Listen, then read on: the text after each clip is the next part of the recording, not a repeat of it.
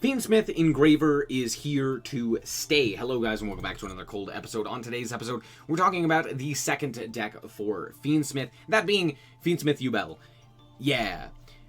Last time we talked about the Snake Eye Azamina variant, or more specifically just like good stuff with Fiendsmith, which I believe to be probably the best deck in the current, in the game, just in general.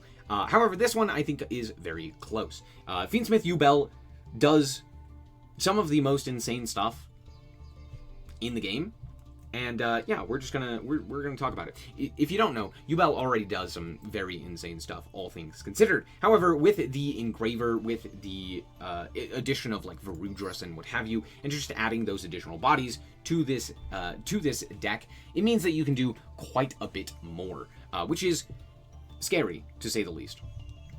So, let's quickly go through what this deck does. First of all, the Fiendsmith cards are fairly new, but not all that impressive, right? I mean, we know what the Fiendsmith stuff does, right? 2 Engraver, 3 Tract. At this point, we should hopefully know what they do, right? So, we're just playing the standard engine, not really anything too interesting. The 5 extra deck monsters in here that we normally play, right? Sequence, Moon, etc., etc. We're also playing the DD Wave King Caesar for extra stuff. And notably, we can also use Sharvara to make the DD Wave King Caesar, which is pretty nice. So there's that. And then for the Yubel engine, we just kind of shrunk it down to the bare necessities, right?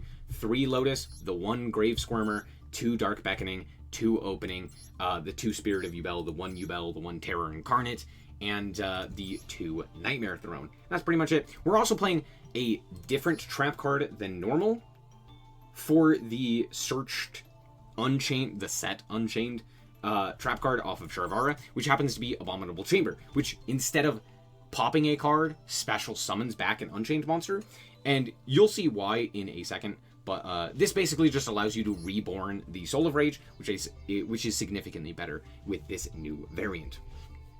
So yeah, that's pretty much it. As for the rest, it's all just non-engine, which is very, very nice. We are only playing 1 Nightmare Pain, so do keep that in mind, but it is kind of a brick, given the fact that, like, the Fiendsmith cards don't interact with it very well. So, it's not as useful to have multiple of this. But do keep that in mind. And that's pretty much it. The rest of the extra deck is just standard Yubel stuff, right? The 2 Phantom, the 1 Varudras. I am playing Almirage. Originally, I wasn't. Yeah, this card's crazy. I forget what I had to cut for it. I think it was Beatrice. I think I cut Beatrice for this. So, yeah, that shows you how important Almirage is at times.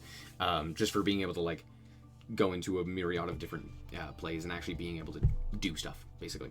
But yeah, that's pretty much it. The rest is pretty standard. Let's hop into the replays and show you how this deck performs. Alright, so here we are going to second. Just kidding, I lied. We're going first. My opponent allowed me to go first, which is worrying.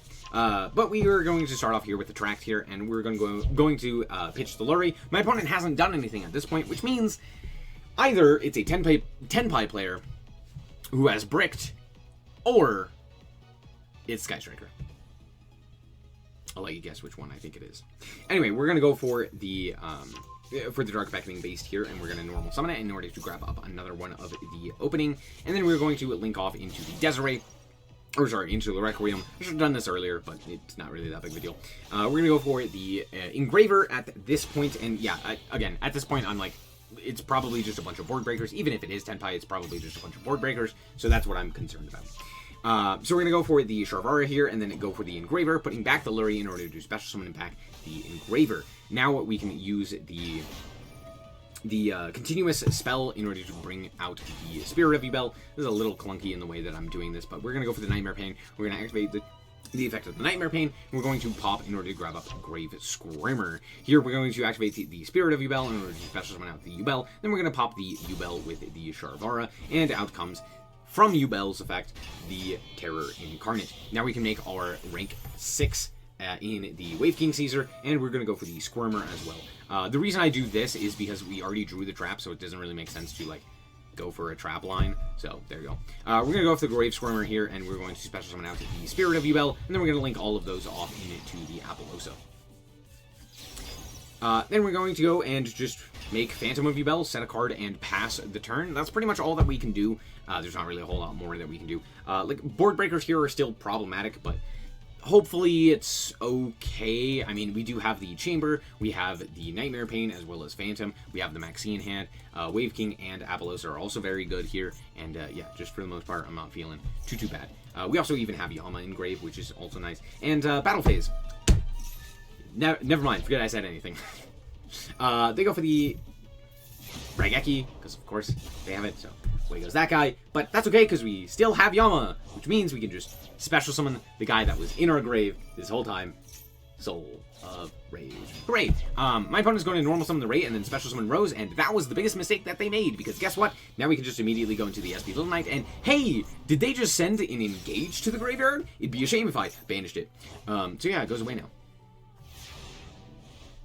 Good job, Sky Striker player. Anyway, we draw for turn the Infip, and I'm just immediately going to go into the Phantom of Yubel, and my opponent just concedes at that point. It's scary. Alright, here we are going first, and dear Lanta, look at that hand. It's incredible. Just kidding.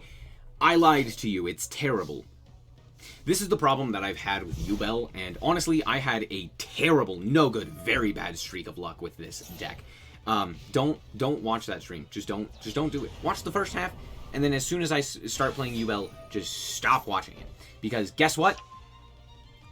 Man, this streak of luck was really, really bad. And a lot of it has to do with the fact that this deck loses 2 more cards. It loses to Fuwa, it loses to Perulia, it loses to Maxi, it loses to Droll, it loses to... The list goes on. And it's a lot more difficult to play around said hand traps, because unless your opponent doesn't immediately fire things like Fualos or Maxi or what have you, you can't really do anything to stop them, right? Like, theoretically, hopefully, you can make Phantom of Yubel. That's not always going to happen, and if they shotgun it, it's just going to be a free draw for them. So, it's not great. Maybe we could make it better, but as of right now, I don't think it's exceptional in the metagame. I don't think it's bad, but anyway. Out comes the Ash. They're going to go for the Poplar here. This is kind of a weird line that they're going for, but yeah, let's see what they're up to. Out comes the Divine Temple. They're going to go for the Oak into the back row, which is something. And out comes Engraver. They're going to attack here, and luckily we do have the Spirit of Yubel, and they're going to special summon, and we're going to get our own Spirit of Yubel to grab up the Nightmare Pain, and yep. Out comes Flomberg. Sure. I draw 1 additional card. They're going to try and put the Spirit of Yubel into the back row, but luckily we do have the Sharvara, so we do get to do this, and they looked at my hand and chose 1 for 1. Not Nightmare Pain. They 1 for 1. Sure. And then they go into what I can only describe as the wrong choice.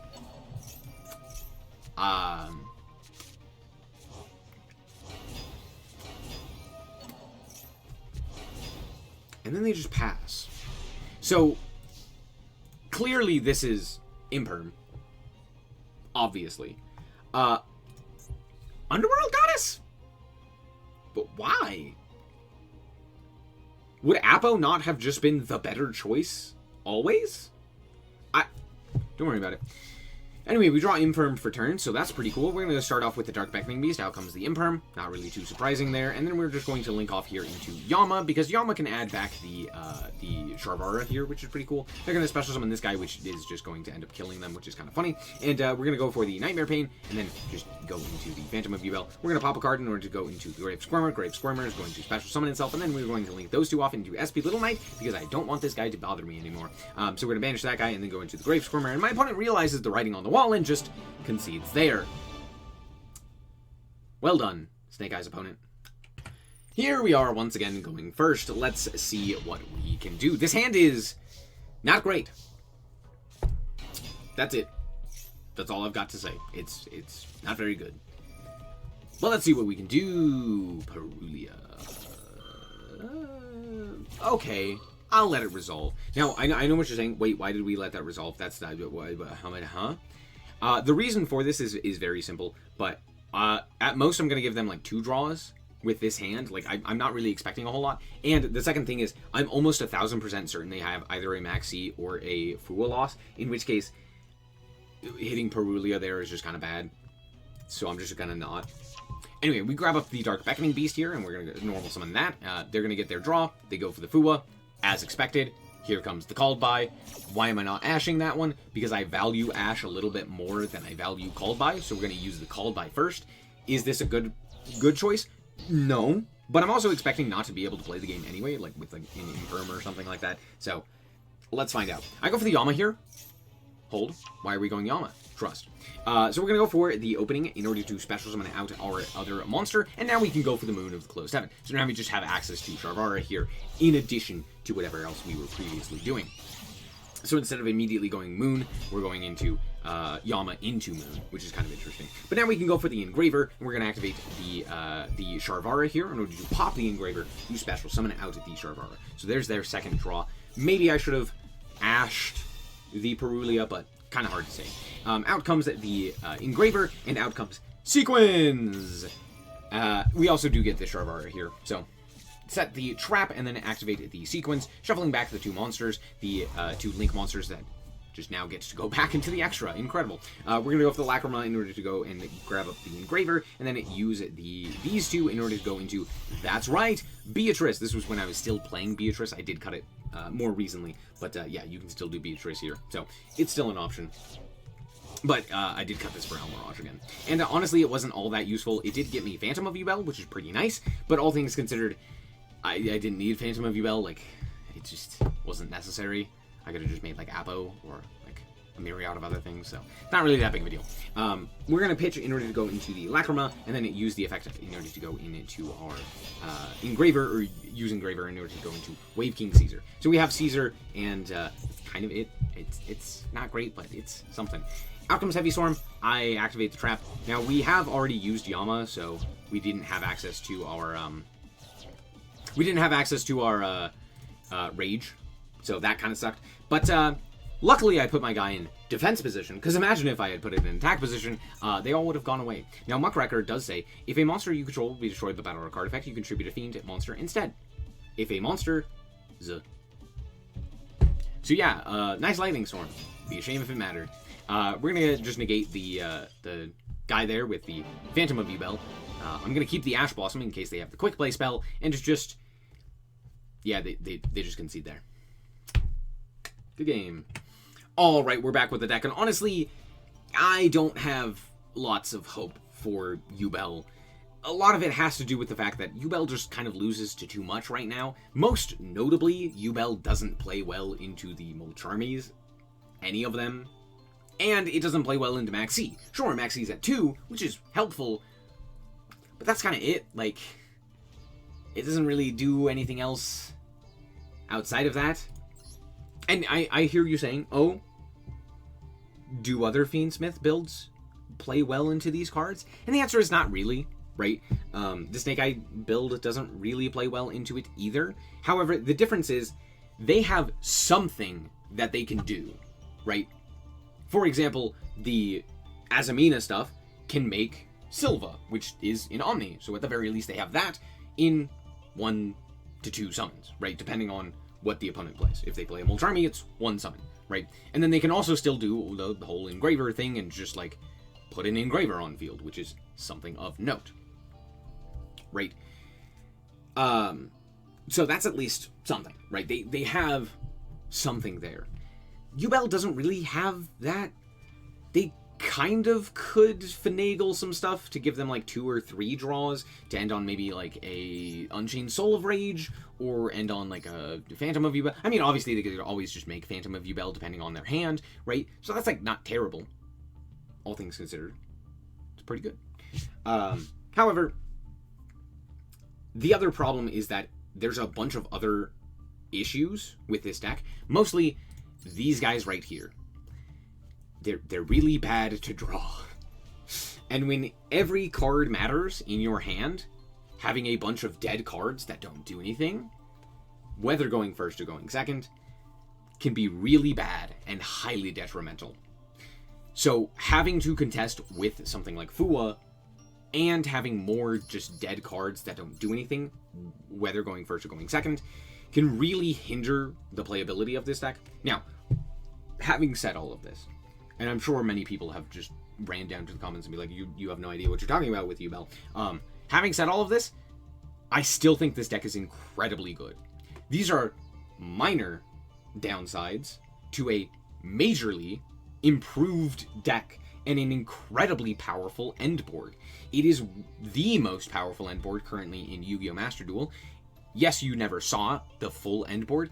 Having seen the full end board, the problem is people just surrendered as soon as I had the ability to make the end board. But having seen the full end board with Varudras, Desiree, and Unchained Soul of Rage, just that in and of itself, regardless of whether or not there is a Phantom of Yubel on the field or not, those three in and of themselves is a nigh unbreakable board for so many decks. It is extremely difficult to beat and is so much more difficult if you pair it with pretty much any hand trap in the current format. So, for the most part, it's very powerful and is not bad to currently play. I wouldn't say that it is a bad deck with which to climb.